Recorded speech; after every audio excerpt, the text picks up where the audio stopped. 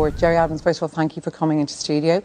Over the decades, the last 2 decades certainly and more, we have sat in television studios together, and I've often spoken about your role in the peace process and that critically important role. But tonight we're focusing on that apology in the Dáil and the victims' families of Republican violence.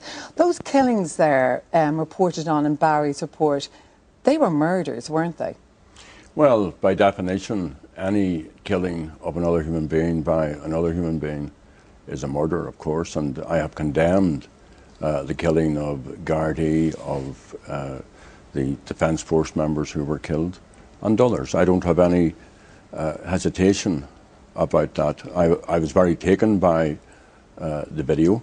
I was very taken by what the victims' families said, and clearly some of them remain traumatised, understandably, to this day. And the last man to speak, Mr. Donegan, I think, described very, very clearly what members of families who I have met, and I've met many, many victims' families over a very, very long time.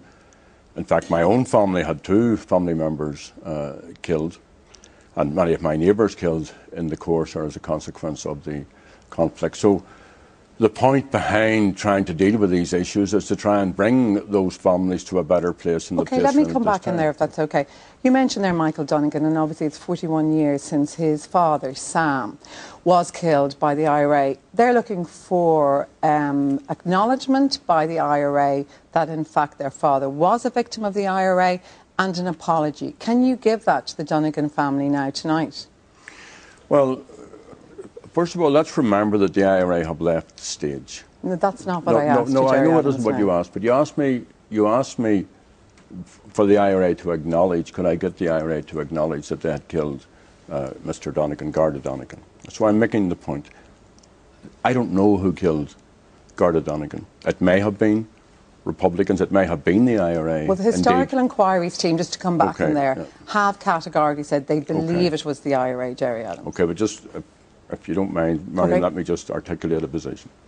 The IRA called the cessation almost 20 years ago. Now, it broke down shortly afterwards, but it left the stage almost 10 years ago. It famously put its arms beyond use. It stood down its structures. So if we want to find out, did the IRA kill this Garda officer, or indeed prison officer Stack or the other Garda officer, then we need to find some way of getting to the truth. That's what we need to do. And I think we've had 2 good examples recently of how that has been achieved. One was the Savile inquiry in Derry, which was put together in such a way as... We know that. And what's the second one? And the second one is the Smithwick's inquiry. Fine. Which is investigating the killing of 2 RUC officers. But tonight, as I said at the beginning, Gerry Adams, to be fair, tonight we are discussing the victims of Republican violence. You were a senior leader within the Republican movement. These 3 families, the Donegans, the Stacks. Let's take the case of Brian Stack, the prison officer, right? You heard his 2 sons there. They are looking for acknowledgement that the IRA shot their father in the back of the neck and an apology. Can you give that to them tonight? Well, if the IRA killed any of these, or even if Republicans acting independently killed any of those people, of course I apologise for that, because I do recognise as a Republican leader I have a responsibility to try and keep moving this process on this island to a point where those who suffered as a consequence of the conflict can get closure. But let me just Wait 1 second. Miriam, but you see, can I just say, but Miriam, they're fine words. Miriam, but I'm saying to you, can you, all these years on, apologise? Because you almost sit there, like you knew nothing about anything that happened within the Republican family, and nobody really believes that. Can you give them an acknowledgement? First of all, I would like you to be fair. Yeah. I know nothing about the killing of these 3 individuals. One of these killings happened 43 years ago. So let's be very, very clear. Let's look at the killing of Mr. Stack. Now, I'm meeting with his family, and I explained to his family in a letter to them that I mightn't be able to give them the answers. They're asking Sinn Féin, please let me finish, Miriam. Yeah, they're asking Sinn Féin to acknowledge this man's killing. At that time in that prison, there were INLA prisoners, there were Republican prisoners. It was a very, very cruel regime. One Republican prisoner was killed during that period. Let me come back in there for one moment. No, sir, just please let me finish. Any individual Republican, or indeed criminals are also criminal, ordinary, decent prisoners. Fine. There were also a plethora in the last 40 years of Republican organisations. The official IRA was active in this state in killings.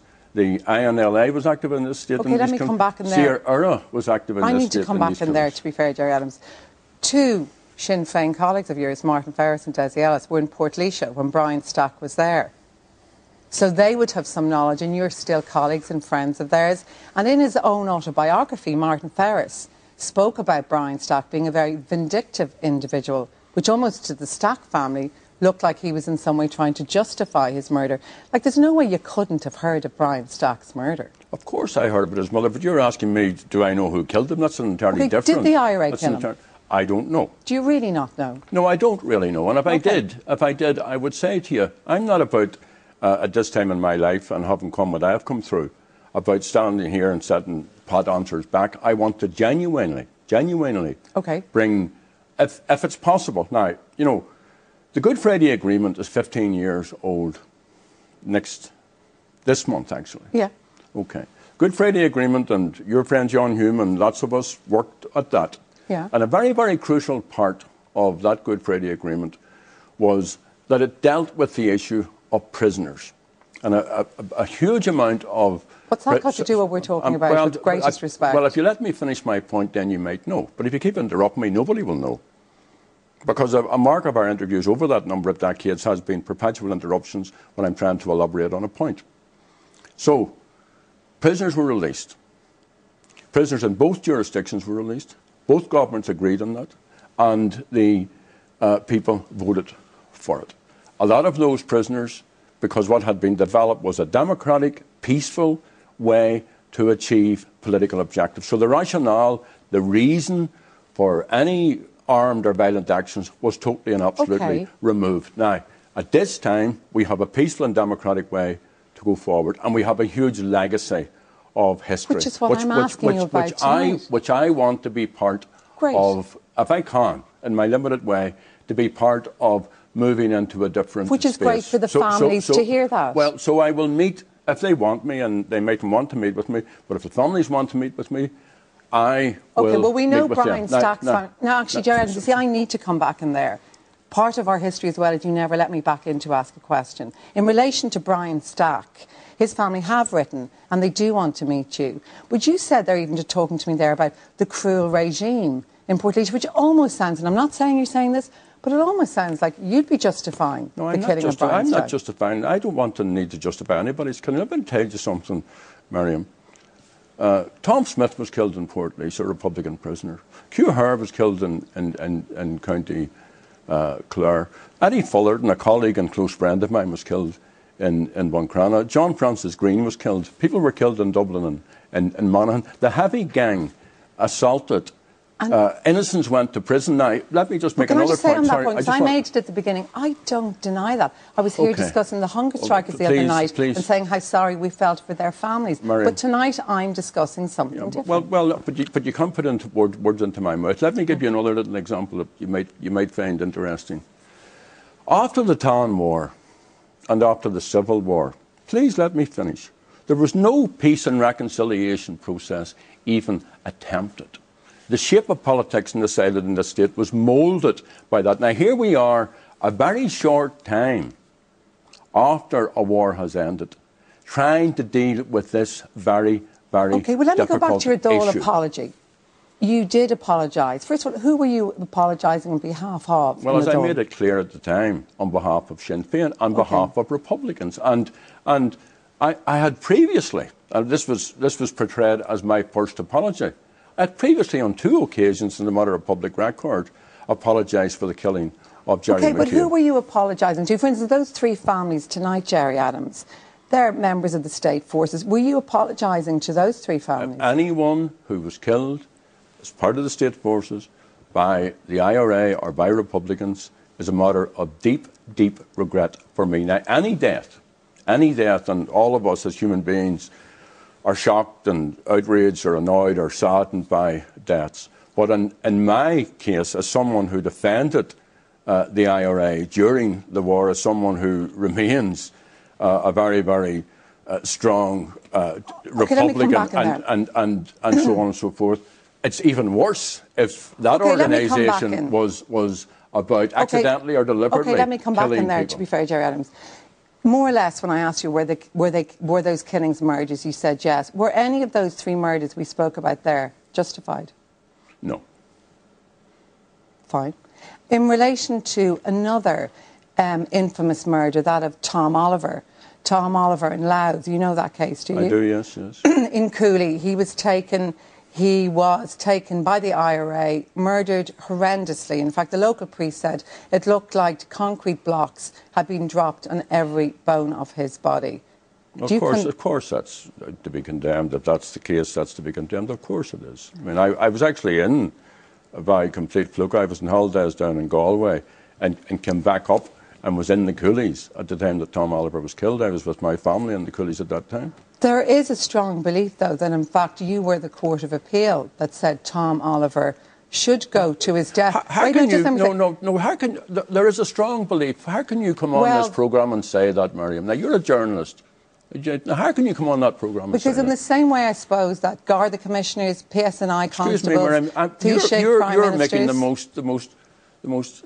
But you can deny it. Excuse me, but you should not be. You would not have the leader of the Labour Party, who was a very, very prominent member of the Workers' Party at the time, for example, when Seamus Costello. You wouldn't have Pat Robert in here and put that accusation to him. But I'm entitled to put it to you by Tom. You're not entitled to put it to me. You can deny it.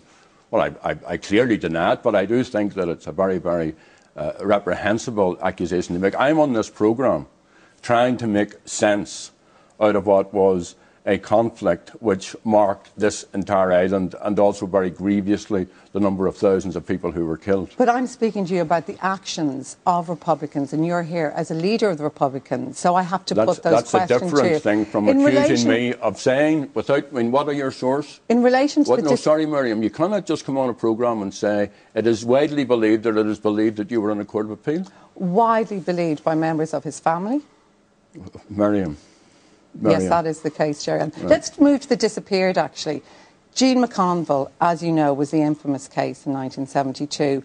2 former colleagues of yours, including Brendan Hughes, who did say at one stage, Gerry, that he loved you, he felt so close to you. There are those great photos of you together in the maze, giving each other hugs. Both he and Dolores Price both said that you were responsible for Jean McConville's disappearance. I've answered this accusation many times. Many times. They were telling lies. Why would they lie? Because they are people who, as they went on in their lives, became opponents, thought that I sold out, thought that I was a traitor, thought that I should be killed, are totally opposed to the peace process and allied themselves with various so-called dissident groups. Now, let me, if I may, first of all, none of those people who were killed and disappeared by the IRA, that should not have happened. But why would Dolores Price have said it? Why would Dolores Price have said it, though?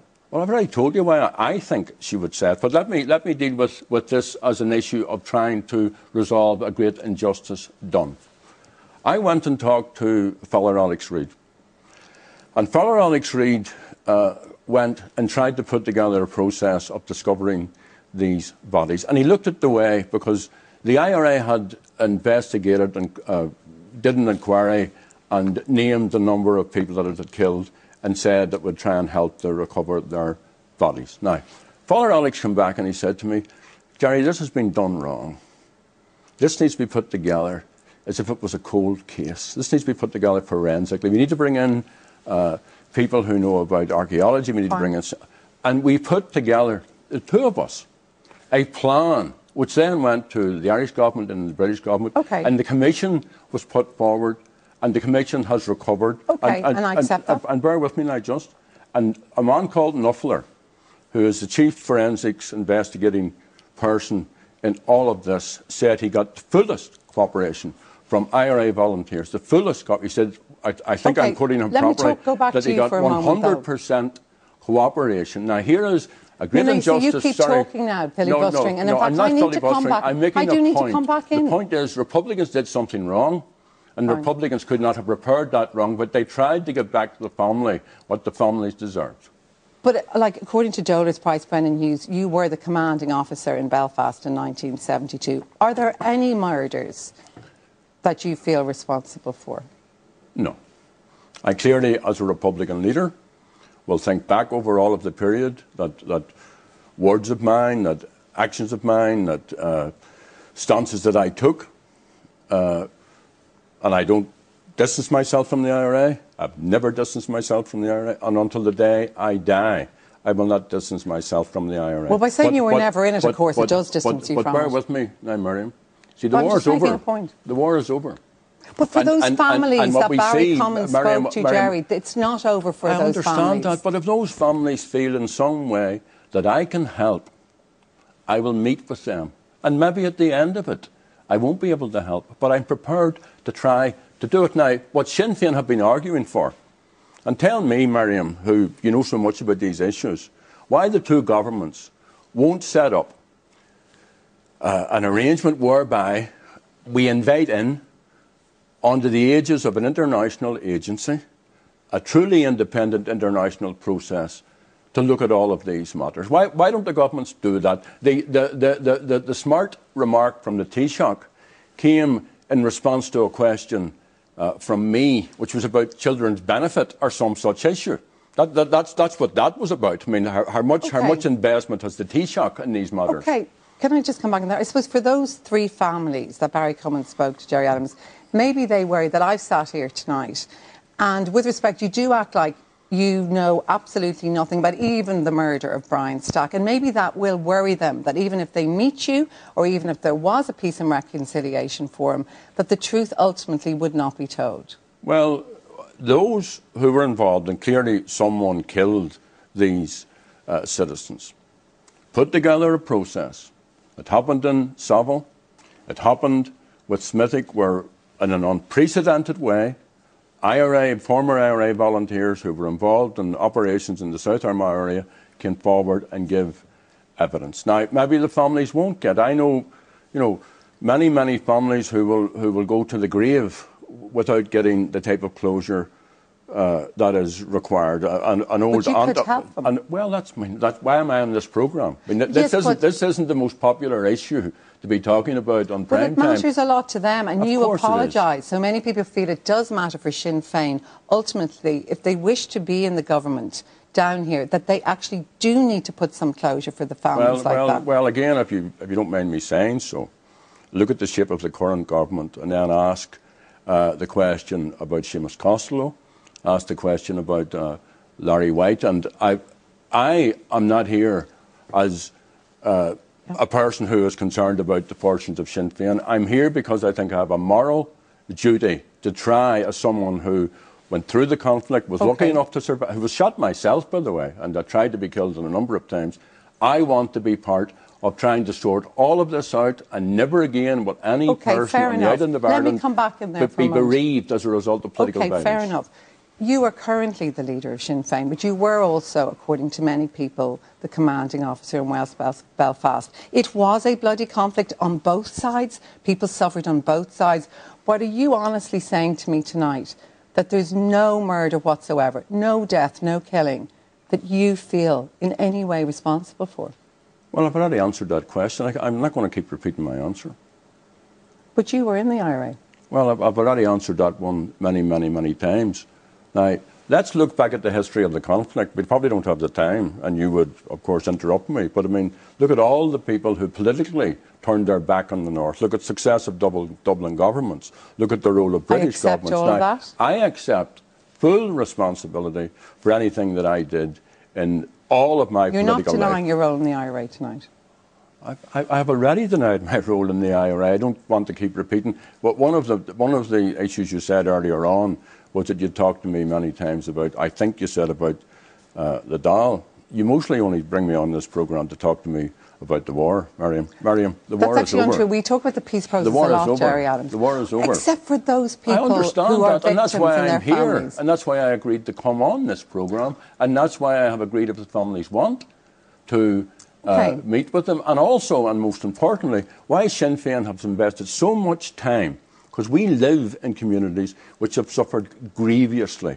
The video that you saw, that we both saw there, which is heartbreaking, could be repeated ad infinitum. I could take you through any street in West Belfast and we could make a similar video. So all of those people deserve truth. And if I can help to bring truth, but I can't do it on terms which are not realistically based on what I know about these issues. Let me ask you another. What about the forgotten people? I mentioned Tom Oliver, but even Eamon Collins, who actually sat in a primetime studio with me a few weeks before he was murdered by the IRA. Do you ever worry about people like that, or feel and think about them? Or are they justifiable victims of the war? Well, first of all, I mean, what happens in war is dreadful. And you've heard me say this a million times, that we should not seek to glamorise war. War is horrific.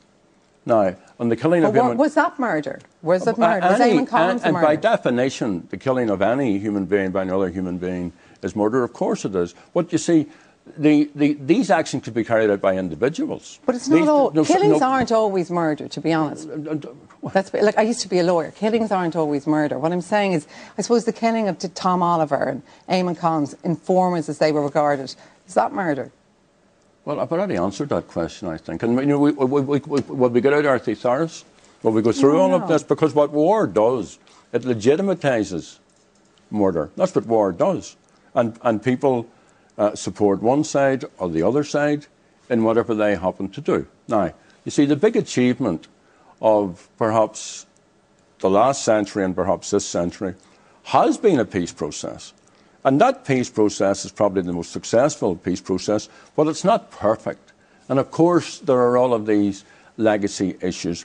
I can't get the government here to address these legacy issues. I want the government to address these legacy issues. I can't get the British government to address these legacy issues. Martin McGuinness is pressing the issue because we come from communities, and also because we are responsible political leaders, that we appreciate that those who were killed by the side we supported are deserving of our help. As leader of Sinn Féin, you've been leader since Gareth Fitzgerald was Taoiseach. I mean, do you accept that for Sinn Féin, perhaps to get into government here, Gerry Adams, you will have to cease being leader?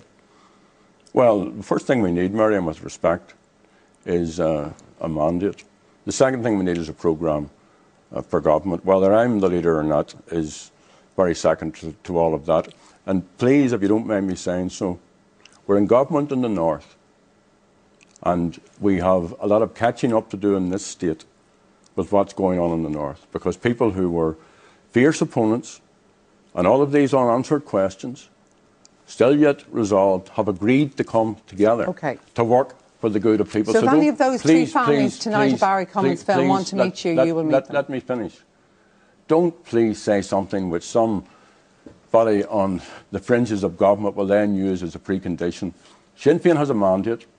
That mandate was denied for decades, both in Section 31 terms and in other terms. Sinn Féin members and councillors were killed in the course of the conflict. So please respect those people. And if people give us a vote, and if we have a programme for government, we will be in government, not on any other basis, but that we deserve to be so because we have a mandate. And we've got to find those three families speaking to Barry Commons. I feel a responsibility. They've spoken to us. If any of those wish to speak to you, I've already made that clear. Don't feel responsible, Miriam, please. I've already said very, very clearly in my Ardèche speech, if you've been listening, that I was prepared to meet any families who wanted to meet with me. Gerry Adams, thank you very much for coming in tonight. Thanks, Miriam. And that is it for tonight. Thanks very much from everyone here. We'll see you again tomorrow night. Good night.